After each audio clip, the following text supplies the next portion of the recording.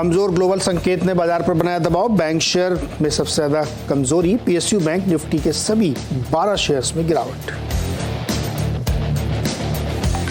गुजरात सरकार की लिस्टेड कंपनियों में आज जोरदार action. Gujarat alkali, GSFC, GNFC में 10% तक की तेजी। डिविडेंड, बोनस, बायबैक और स्टॉक स्प्लिट को जारी पॉलिसी से बढ़ा जोश। ब्याज दरों के पिक आउट होने की उम्मीद में रियल एस्टेट शेयर्स में लगातार तीसरे दिन तेजी। ओबराय, शोभा, लोढ़ा 2-2% तक ऊपर। आज आने वाले मारुति के नतीजों से पहले रफ्तार में auto sector. Maruti, Tata Motors, Eicher Motors में 1.5% तक की तेजी। चौथी तिमाही में मारुति के प्रॉफिट में 50% का उछाल संभव। मारुति के अलावा निफ्टी की 3 और कंपनियों के आएंगे नतीजे। चौथी तिमाही में बजाज फाइनेंस की आय 24% और मुनाफा 28% बढ़ने का अनुमान। एचडीएफसी लाइफ और एसबीआई लाइफ के नतीजों का भी बाजार को इंतजार। सस्ती गैस मिलने की उम्मीद ने फर्टिलाइजर कंपनियों में लगातार दूसरे दिन तेजी। Madras fertiliser, Chambal fertiliser, FACT, GSFC में 10% का जबरदस्त उछाल।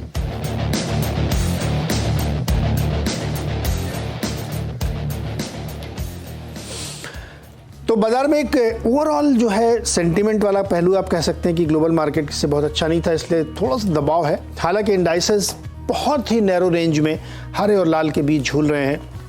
सेंसेक्स तो ग्रीन में है, निफ्टी मात्र 2 पॉइंट रेड में है। बैंक निफ्टी हमने हेडलाइन पढ़नी शुरू की थी तब 99 पॉइंट नीचे था और अब 70 पॉइंट नीचे है। तो एक स्मार्ट रिकवरी आप सभी इंडाइसेस में देख रहे हैं। इवन मिड कैप में भी ग्रीनरी दिख रहे हैं, इसके संकेत हैं। लेकिन एक संकेत है जिसको भूलना नहीं चाहिए, जो इस समय आपकी स्क्रीन में है।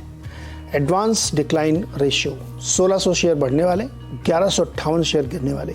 ये आंकड़ा अगर ऐसे ही रहा तो ठीक है, लेकिन अगर एडवांस डिक्लाइन में कुछ गड़बड़ हुई तो ओवरऑल प्रेशर मार्केट में देखने को मिल सकता है। चलिए आज के मेहमान से आपकी मुलाकात कराते हैं और आज के मेहमान हैं सर्वेंद्र श्रीवास्तव। सर्वेंद्र जी बहुत बहुत स्वागत है। सर्वेंद्र जी आप तो थर्सडे को आते, आज बुधवार को ही आ गए आप। बहुत बहुत नमस्कार नीरज जी। नहीं देखिए, परिवर्तन जो है वो सृष्टि का नियम है, थोड़ा थोड़ा फ्लेक्सिबल रहना चाहिए। तो जब पीसीआर ने मुझे बोला कि आज आप आ जाइए थोड़ा सा, तो हमने कहा कि चलिए, जब प्यार से कोई बुलाता है तो फिर हम आ जाते हैं।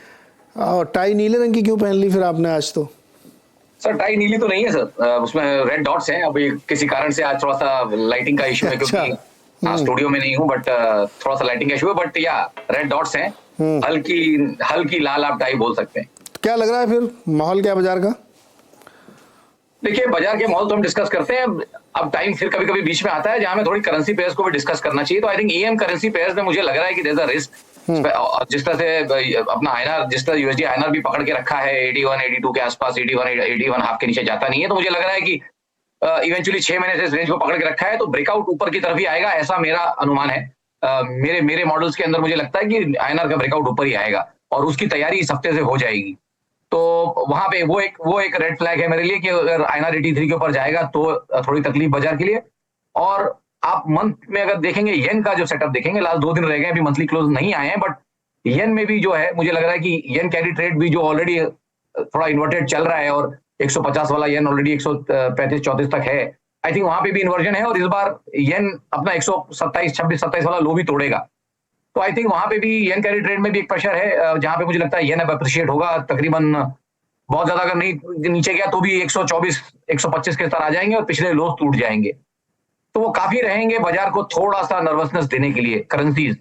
तो वो मेरा मानना है। और दूसरी बात ये है कि यूएसडी जो यूएस 10 ईयर जो बॉन्ड यील्ड्स हैं वो भी उतनी कूल ऑफ नहीं हो रही हैं। सेंटिमेंट तो बहुत अच्छा आ गया कि होगा, बट यूएस की यील्ड्स ले लीजिए या इंडिया की 7 पकड़ के रखा है, यूएस ने भी 3.20 पकड़ के रखा है और अब ये आई थिंक तीसरा या चौथा महीना चल रहा है, हम उनके नीचे नहीं जा रहे। तो वहां पे भी रिस्क यही है कि ब्रेकआउट ऊपर की तरफ ही आएगा। मॉडल्स में ये क्लियर कट इंडिकेशन आ रहे हैं कि द प्रोबेबिलिटी जो ब्रेकआउट किए या ब्रेकडाउन किए वो ब्रेकआउट के फेवर में। तो 70-30 मुझे लगता है कि यील्ड्स में भी ब्रेकआउट ऊपर का आएगा, करेंसीज में भी ब्रेकआउट ऊपर का आएगा, ईएम करेंसीज में। तो थोड़ा प्रेशर आपको ईएम मार्केट्स में दिखेगा और ग्लोबल मार्केट्स में भी दिखेगा, जो प्रॉब्ली ऐसा लग रहा है। यूएस के संकेत है, मैंने पहले भी ट्वीट किया था कि यूएस के मार्केट सबसे ज्यादा नरम लग रहे हैं मुझे। ओके, तो यूएस के मार्केट नरम है और करेंसी का हैज भी देखना पड़ेगा। और जापान का जो येन कैरी ट्रेड है वो इनिशिएट हो सकता है, इसलिए उस पर भी हम लोग नज़र बनाए रखेंगे कि क्या किस तरीके से येन मूव करता है। सर्वेंद्र, एक स्टॉक है एयू स्मॉल फाइनेंस बैंक। और चूंकि इसके रिजल्ट्स आए हैं, बहुत ही बढ़िया इसने प्रदर्शन किया और हर फ्रंट में काफ़ी अच्छे नतीजे इन्होंने पेश किए, लेकिन स्टॉक जो है 4% नीचे है। कैसा लग रहा है चार्ट पे आपको ये? देखिए, ये आगे अलग फिर वापस बात वही है कि न्यूज ऑलवेज फॉलोज प्राइस। तो ऑलरेडी 560 570 वाला ऑलरेडी 690 हो गया था रिजल्ट के पहले। तो आई थिंक जो जिनको अनुमान रहते हैं, थोड़े जो स्मार्ट प्लेयर्स हैं, आई थिंक जिनको अनुमान रहते हैं, वो ऑलरेडी पोजीशन थे इस ट्रेड के लिए और मेरे ख्याल से मुनाफा वसूली चल रही है। इसके लिए ये आपको दिख रहा है कि अब ये शार्प 2-3 दिन से 4 दिन से करेक्शंस चल रहे हैं। तो आई थिंक यस, मूव्स अच्छे रहे, अब उसको पचा रहा है ये। तो I think as long as फिलहाल 610 620 के ऊपर बना है, तब तक short term medium term setups अच्छे हैं।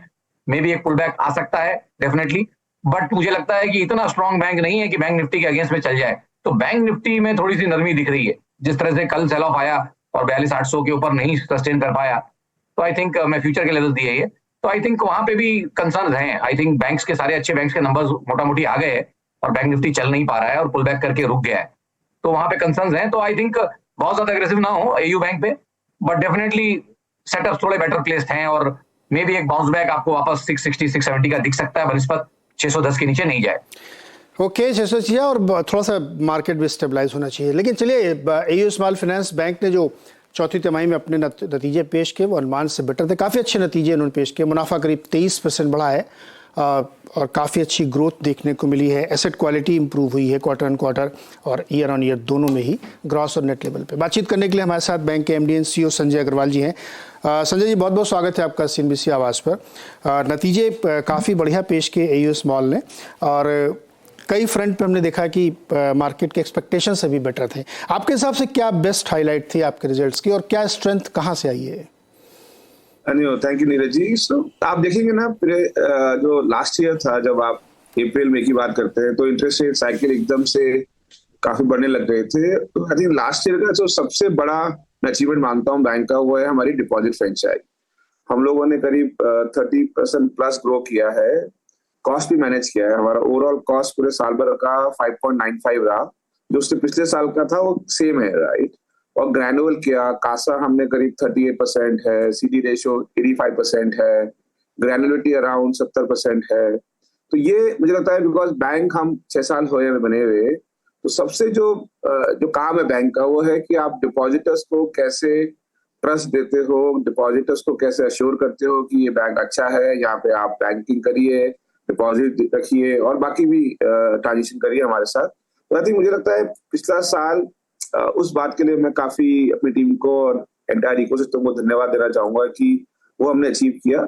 और दूसरी बात, हमने जो हमारा टेक पे जो फोकस रखा है, चाहे वो हमारा ऐप हो, चाहे हमारी वीडियो बैंकिंग हो, क्रेडिट कार्ड हो, पेमेंट का इकोसिस्टम हो, जितने बड़े टेक के प्लेयर्स हैं सिस्टम में, उनके साथ जो एंगेजमेंट कर रहे हैं, सो दैट, क्योंकि मुझे लगता है कि आगे के 10 साल के अंदर आप देखेंगे कि बैंकिंग बहुत बदल जाएगी, बिकॉज सबका डेटा, कुछ ना कुछ कस्टमर का डेटा फुटप्रिंट होगा। तो जैसे आज बैंकिंग हो रही है, आज भी काफी बदल गई है पिछले 10 साल के कंपैरिजन में। तो मुझे लगता है कि टेक का जो आउटलुक है वो बड़ा स्ट्रांग है। ऑफ कोर्स बैंक में हमेशा यदि आप एसेट क्वालिटी अच्छे से देख सकते हैं तो आपको हमेशा खुशी मिलती है। संजय जी, आप करेंगे बैंकिंग काफी बदलेगी और टेक्नोलॉजी का इस्तेमाल हो रहा है, डेटा आपके फिंगर टिप पे रहेगा, तो क्या कोलेटरल की बजाय फ्यूचर अर्निंग बेस पे लेंडिंग होने लगेगी? मुझे लगता है दोनों का मिक्स होगा नीरज जी। सबसे पहले तो डिपॉजिटर्स होता है बैंक में आना बंद हो जाएं, आप उनको वो सर्विसेज दे पाए कि वो अपने घर से या अपनी कन्वीनियंस से, अपने कंफर्ट से बैंकिंग करेंगे और उसके अंदर उनको पूरा पेमेंट्स का भी सपोर्ट मिलेगा, उनको उनका पर्सनलाइजेशन करके आप, क्योंकि आज देखिए बैंक ना अपने कस्टमर को बहुत कुछ जान नहीं पाते हैं। मुझे कई बार ऑनेस्टली फीलिंग होती है कि मेरा कस्टमर की ज्यादा नॉलेज गूगल को है और मुझे कम है, जो कि ऐसा होना नहीं चाहिए। बिकॉज मेरे पास तो उसका सारा डेटा होता है, मेरे पास उसकी ट्रांजेक्शन का डेटा होता है, प्रोफाइल डेटा होता है, लेकिन हम उसको इतने अच्छे से यूज नहीं कर पाते हैं एज ए बैंकर। तो मुझे लगता है जब हम उसको ज्यादा जान पाएंगे तो हम उसका पर्सनलाइजेशन कर पाएंगे। तो हो सकता है आपको यदि गाड़ी की जरूरत है तो आप गाड़ी का लोन ऑफर करेंगे, आपको यदि क्रेडिट कार्ड चाहिए तो क्रेडिट कार्ड का ऑफर करेंगे। तो मुझे लगता है बैंकिंग बहुत स्पेसिफिक होने वाली है, टू दी पॉइंट होने वाली है। अभी थोड़ी लार्जर फ्रेम में काम करते हैं, फिर वो शॉर्टर फ्रेम में जाके काम करेंगे। और जो आप बात बोलने वाले हैं वो एक और इम्पोर्टेंट बात है, क्योंकि इतने सारे क्रेडिट इंजन बन रहे हैं, जिसको हम BRE बोलते हैं, कि हम कस्टमर का डेटा पढ़ के कस्टमर को बिना कोलेटरल के लोन देंगे, और वो चालू हो भी गया है। मुझे लगता है 7-8 साल के अंदर और मैच्योर होगा। और सबसे अच्छी बात, बैंकों ने इनिशिएटिव इस बार ले रखा है। ये तो बहुत ही संजय जी बहुत ही इंटरेस्टिंग पॉइंट हम लोगों ने छेड़ दिया, क्योंकि बहुत लंबी चर्चा चली जाएगी। मैं किसी दिन आपको आधे घंटे के शो में बुलाऊंगा, क्योंकि जो फ्यूचर अर्निंग पे जो अभी हम लोग क्रेडिट टू जीडीपी रेशियो देखते हैं, हमारा बहुत कम है, 57-58% से ज्यादा नहीं है। उस दिशा में अगर हम बढ़ने की कोशिश करें तो एक्चुअली बहुत चैलेंजिंग भी होगा और बहुत अपॉर्चुनिटीज भी करेंगे। इसके लिए आप कर क्या रहे हैं? आप कह रहे हैं कि डेटा का बेटर इस्तेमाल करने के लिए आप क्या कर रहे हैं, कैसे करेंगे? तो देखिए, मैं यही बात बोल रहा हूँ कि ये इजी नहीं होता है, टेक होता है, थोड़ा टाइम लगता है, और हमारे जैसे बैंकों को 2 चीजें करनी पड़ती है। एक तो हमें ब्रिक एंड मोर्टर तो चलाना ही पड़ता है, लेकिन साथ में हमें फ्यूचर पे भी हमारी आइज रहती है कि यार भविष्य में क्या होने वाला है। तो इसीलिए जैसे मैंने आपसे कहा कि कस्टमर का डेटा हमारे पास, जैसे आप गूगल करते हैं ना, जैसे आप मेरे बारे में जानना चाहेंगे तो गूगल करिए, तो आपको 2 सेकंड में मेरे बारे में सब पता चल जाता है। तो क्या हम हमारे कस्टमर को 2 सेकंड में फ्रंट एंड टीम को ये फैसिलिटी क्रिएट करें कि जो कस्टमर से मिल रहा है या मिलने वाला है, या हो सकता है एग्जिस्टिंग हो सकता है नहीं हो, उसके बारे में उसको जानकारी बहुत इजीली मिले, राइट, सो दैट वो बहुत इन्फॉर्म्ड होकर उससे मिले और कस्टमर को समझ के ही उसको वो सर्विसेज की ऑफर करे, राइट। तो एक तो उस पर हम काम कर रहे हैं, चाहे उसको CRM बोलिए, चाहे वो फ्रंट एंड एप्लीकेशन बोलिए, चाहे वो बैक एंड पे डेटा बोलिए, डेटा वेयर हाउस बोलिए, ये सब वर्ड्स हैं। और मैं तो चार्टर्ड अकाउंटेंट हूँ, तो मैं भी समझ रहा हूँ, सीख रहा हूँ उन सब चीजों को।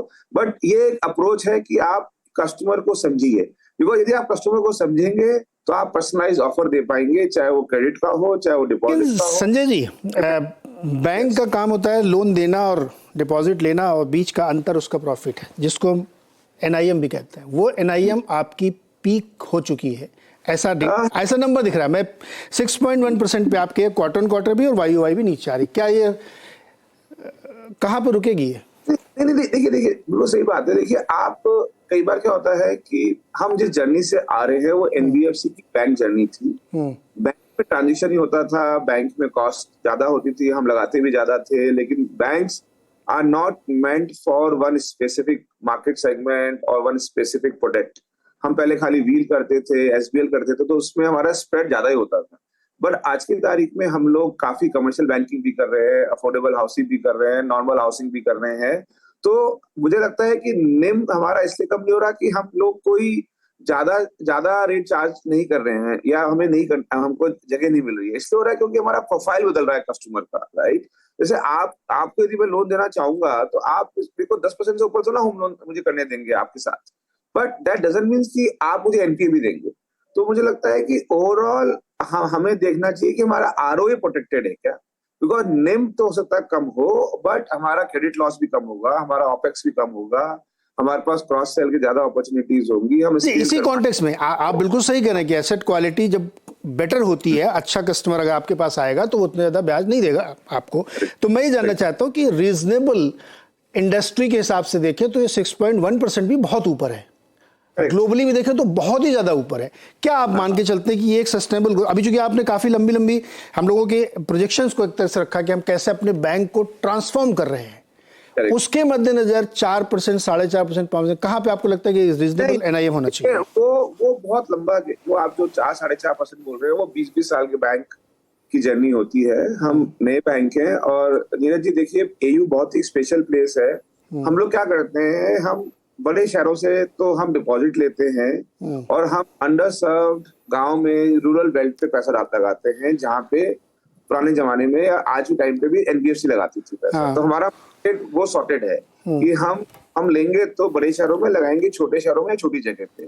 तो वहां पे स्पेस होती है, आप अपने एसेट को प्राइस कर पाते हो, क्योंकि वहां रिस्क भी ज्यादा होती है। तो मैं ये नहीं बोलूंगा कि हमारा कोई 4-4.5% की बात है, लेकिन मुझे लगता है कि इस साल इंटरेस्ट रेट्स भी थोड़ी हाई हैं और हमारा थोड़ा प्रोफाइल बदल रहा है। तो इस साल हो सकता है मैं 5.80, 5.90 की बात करूं, लेकिन मैं लॉन्ग टर्म में आपको कुछ बता पाऊंगा आज ये मुश्किल है, क्योंकि ये हमारा मार्केट नहीं बदल रहा है, हमारा सेगमेंट इतना नहीं बदलेगा जितना अपन सोच रहे हैं। हो सकता है 10 साल में आप जो बात बोले वो होए, लेकिन 2-3 साल मुझे नहीं लगता है कि हम 5.5-6 से नीचे जाने वाले हैं इस रेंज। हाँ, नहीं, फेयर एनफ, 5.5, 5.80 आप इस 24 के लिए कह रहे हैं, और 5.5 के आसपास धीरे धीरे होगी, लेकिन हमारी बात 3 से 5 साल की बात कर रहा हूँ मेरे को। एग्रीड मतलब 5.80 इस साल, बाकी फिर 3-4-5 सालों में आप 5.5 का टारगेट लेके चल रहे हैं। आई 100% एग्री विद यू, बट मैं तो ये कह रहा कि हम लोगों के डिस्कशन में एक एग्रीमेंट ये था कि जिस तरीके से प्रोफाइलिंग हो रही है, जिस तरीके से चीजें बदल रही हैं, इंटेंस कंपटीशन और कॉस्ट कम करते हुए आप अगर उसमें जा रहे हैं तो आपका जो आरओए बढ़िया होगा, लेकिन उसके बावजूद ये मार्जिन कहीं ना कहीं रेशनलाइज होंगे। सर बहुत बहुत शुक्रिया। हम लोग किसी दिन एक दूसरा हमारा एक शो है केवाईसी, उसमें बैठते हैं, आधे घंटे चर्चा करेंगे। आज थोड़ा समय कम है, लेकिन बहुत बहुत शुक्रिया और शुभकामनाएं अगले क्वार्टर के लिए। तो एयू स्मॉल फाइनेंस बैंक नतीजे काफी बढ़िया थे, उम्मीद से बेहतर थे, और अभी सर्वेलेंस पे टेक चेक भी लिया है, जो कह रहे हैं कि अभी थोड़ा सा ओवरऑल चूंकि सेंटीमेंट वैसा था इसलिए मार्केट ऐसा बिहेव कर रहा है, लेकिन मैनेजमेंट भी मानता है कि उसकी मार्जिन्स यहाँ से नीचे जाएंगी। 5.8% का वो मान के चलने की FY24 में होगा, और जाते हुए थोड़ी और नीचे आते रहेंगे, और वो रीजनेबल भी है क्योंकि इतनी ऊंची हो नहीं सकती है। चलिए वापस लौटते हैं अपने दर्शकों की तरफ, फटाफट सवाल जवाब लेते हैं। पवन कुमार जी दिल्ली से जुड़ गए हमारे साथ। पवन जी नमस्कार, बताइए क्या सवाल है।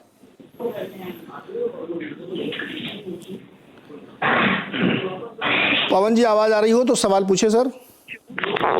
हाँ जी आवाज आ रही है। हाँ तो सवाल पूछिए सर। मेरे पास SBI लिया हुआ है, 1 साल हो गया, 592 में लिया हुआ है, शॉर्ट पीरियड के लिए लिया था। शॉर्ट टर्म के लिए लिया था? हाँ 2-3 महीने के लिए लिया था, लेकिन ये 1 साल से ऊपर हो गया। तो क्या स्टॉप लॉस नहीं लगाया था क्या? नहीं स्टॉप लॉस नहीं लगाया। ओके सरवेन जी, स्टॉप लॉस नहीं लगाया है, और अब इनके पास है ये 559 का प्राइस चल रहा है, और इन्होंने काफी ऊपर लिया था। क्या करना चाहिए स्टेट बैंक में? देखिए शॉर्ट टर्म बोल के 1 साल से खड़े रह गए, आई थिंक बहुत गलत बात है। मैं इनको बिल्कुल बोलूंगा कि देखिए इस तरह से सेटअप और ट्रेडिंग पैटर्न्स लेके चलेंगे तो फिर पैसे नहीं बनेंगे। टाइम फ्रेम्स को स्टिक करना पड़ेगा, और उस टाइम फ्रेम के साथ एक स्टॉप लॉस को भी स्टिक करना पड़ेगा। तो अगर शॉर्ट टर्म के लिए लिया था तो 3-5% से ज्यादा स्टॉप लॉस इनका हो नहीं सकता था। मेरा मानना यही है कि भाई अगर 590 के आसपास लेके बैठे थे तो 570 के आसपास तक तो कहीं इनको निकल जाना चाहिए था। तो फिलहाल भी वहां से दूर नहीं है। मेरी राय इनको यही रहेगी कि उछालों में निकल जाए, आई थिंक क्लियरली यहाँ पे, बिकॉज इमीडिएटली यहाँ पे इनका भाव आ जाएगा कहना मुश्किल है, टाइम लगेगा। तो और 3-6 महीने खड़े रहेंगे तो मेरे हिसाब से फिर वो बात सही नहीं है, क्योंकि इनका दायरा शॉर्ट टर्म था।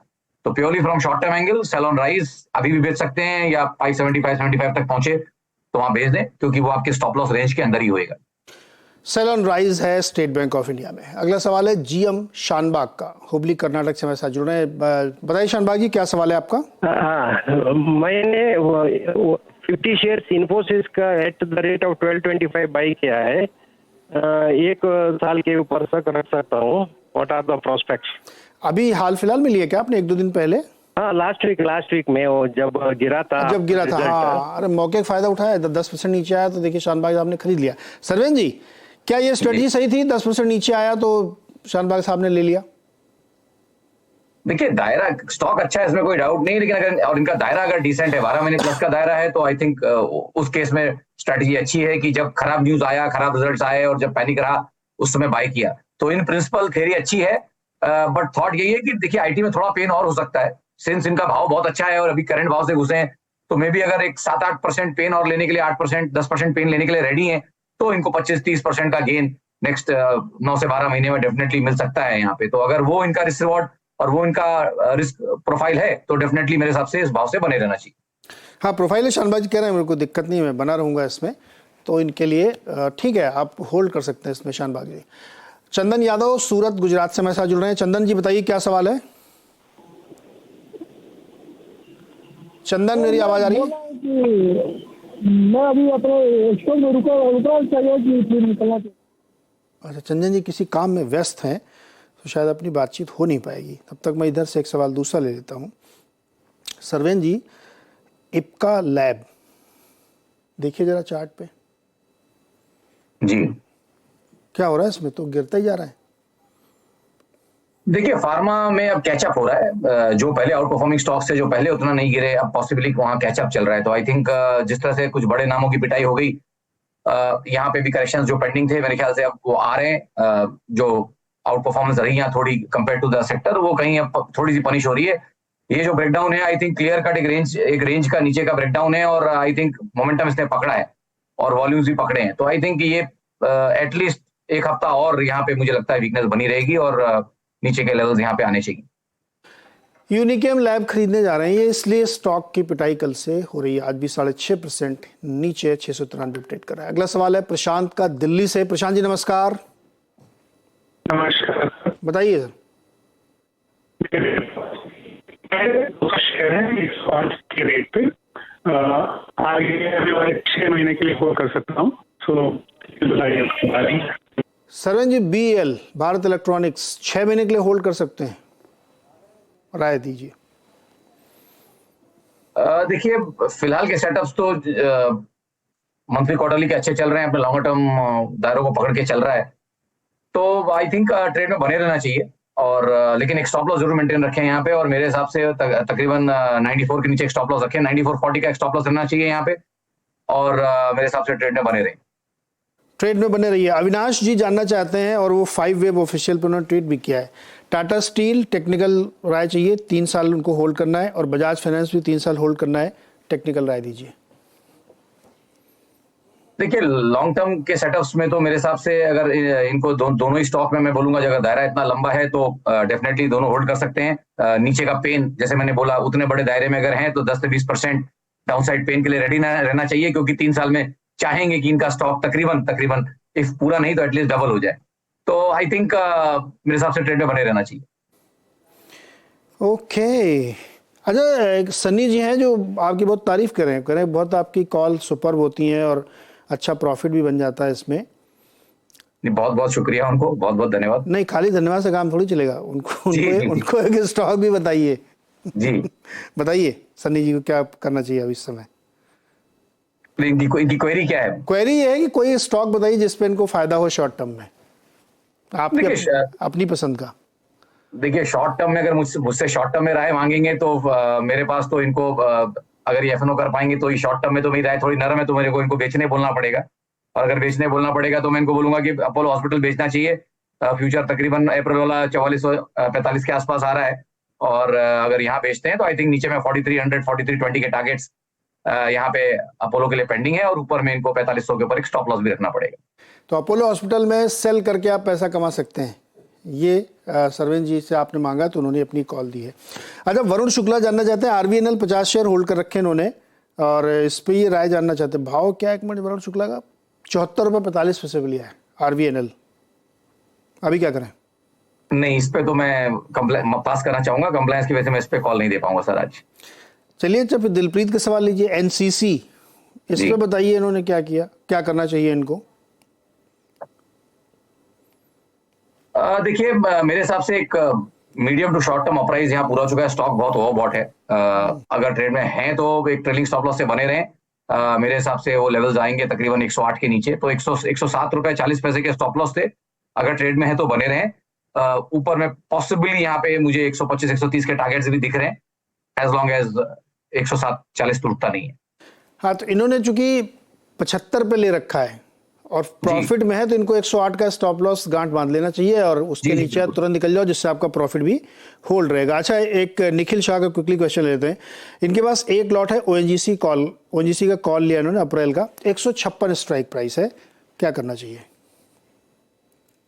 देखिए ट्रेड में बने रहे, अभी तो इन द मनी चल रही है इनकी स्ट्राइक, और मेरे हिसाब से स्ट्राइक के नीचे जब तक नहीं जा रहा है, 156 के जाके नीचे बंद नहीं हो रहा है एटलीस्ट डेली क्लोजिंग बेसिस पे, तब तक मेरे हिसाब से ट्रेड में बने रहे, और 7 से 10 वर्किंग डे ही बने रहे, क्योंकि उसके बाद फिर इनको टाइम अगर नहीं चला तो फिर इनको टाइम डीके बहुत लगेगा।